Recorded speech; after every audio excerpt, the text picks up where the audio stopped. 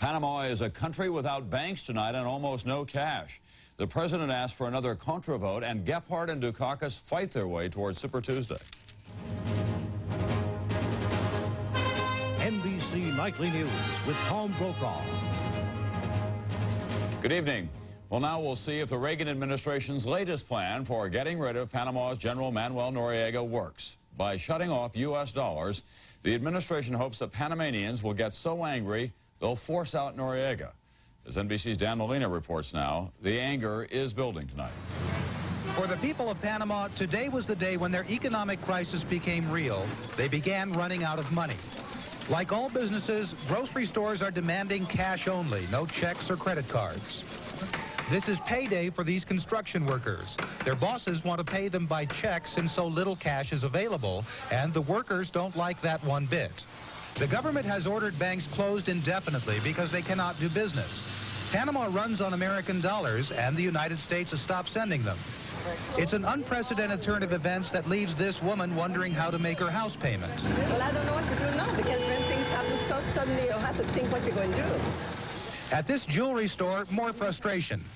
We don't know what is going to happen with the money of Panamanian banks. It's money that is not worth now any value, no checks. Checks are money, paper money that have no value today.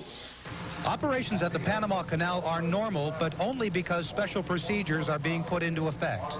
The fees ships pay for using the canal normally are processed through branches of U.S. banks here. Today, those banks are simply guaranteeing that the payments will be made. Monday, paychecks will be passed out to canal workers, and all these checks will be cashed by the U.S. Panama Canal Commission, but the commission only has enough cash on hand for one payday. The four-day general strike is over, but today, this spontaneous walkout stopped work at a grocery chain warehouse. The workers were outraged when Panamanian customs inspectors arrived in force to inspect their operation. The employees felt they were being harassed because they'd joined the general strike earlier in the week.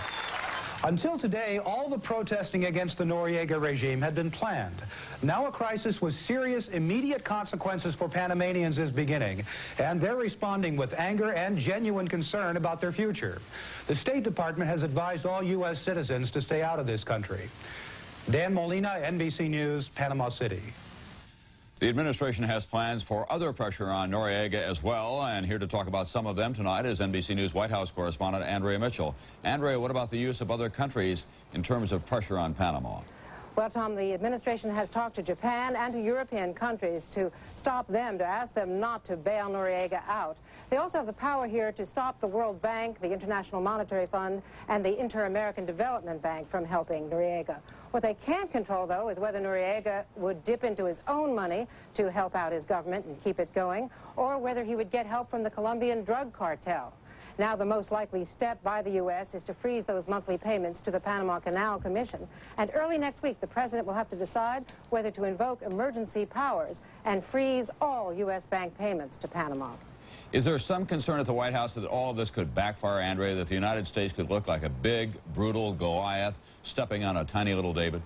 Exactly right. There's great concern here about a possible backlash, and also concern, Tom, about appearing helpless if they try to topple Noriega and fail. And that's why the administration is against a broad trade embargo, as has been proposed by some in Congress, and instead wants to squeeze Noriega by targeting his government's finances alone. Thank you very much, Andrea Mitchell at the White House tonight. Another Central American issue. Richard Lugar of Indiana and 5 other senators, Democrats as well as Republicans, say they plan to introduce a new bill for Contra aid next week. President Reagan also appealed for a new vote. A Democratic bill providing just non-lethal aid was defeated in the House last night, and today House Democrats blame that defeat on Republicans and warn that action on any new aid package for the Contras could be delayed until at least June. Also coming up here tonight on NBC Nightly News, Jim Bitterman in Israel on the decision of the Israelis to deny journalists access to parts of the embattled West Bank. Not everybody here. And Betty Rowland at the Connecticut Hospice, where preschoolers help people near death celebrate life. Well, to help me balance. A federal judge in Washington ruled late today that Republican presidential candidate Pat Robertson can drop his libel suit against former Congressman Pete McCloskey, but only if Robertson agrees to pay court costs. However, the judge rejected McCloskey's request that Robertson pay his attorney fees. McCloskey has estimated them at $400,000. This case was scheduled for trial on Super Tuesday. Robertson brought the suit after McCloskey claimed that Robertson used his father, who was then a U.S. Senator, to get out of combat duty in the Korean War when they were both Marines. Robertson is involved in another battle royal tonight, the South Carolina primary, which is tomorrow.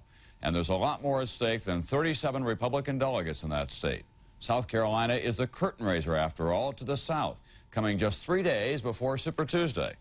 As NBC's Ken Bodie reports tonight, each of the Republicans hopes to capture important momentum. They're calling South Carolina the bell cow for Super Tuesday. Sunshine, I can't believe it. As South Carolina goes, so goes the rest of the South. Maybe. Because you see, South Carolina is on the cutting edge. It's out front of the most significant political event in the nominating process history of modern politics. Listen to Pat Robertson. South Carolina can be the key to deciding.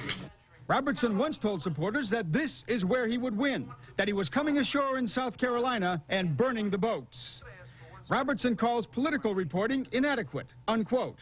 I would like you to give me the satisfaction on the night of March 5th, Saturday, when I see Tom Brokaw's face on national television when he has to announce that Pat Robertson won South Carolina. Will you do that for me? Thank you very much. Bible Belt, South Carolina. Robertson considers it home turf.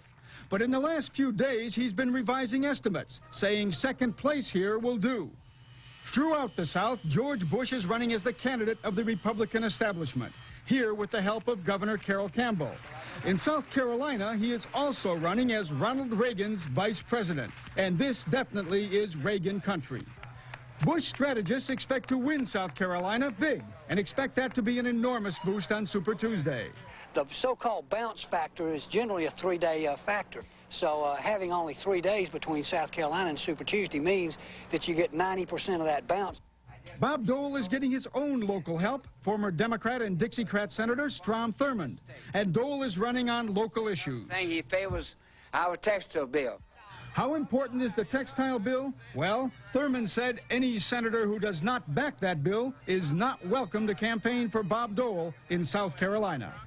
Jack Kemp came to South Carolina and stayed, putting in more campaign days here than anyone. Kemp is more at ease with black voters than any Republican candidate.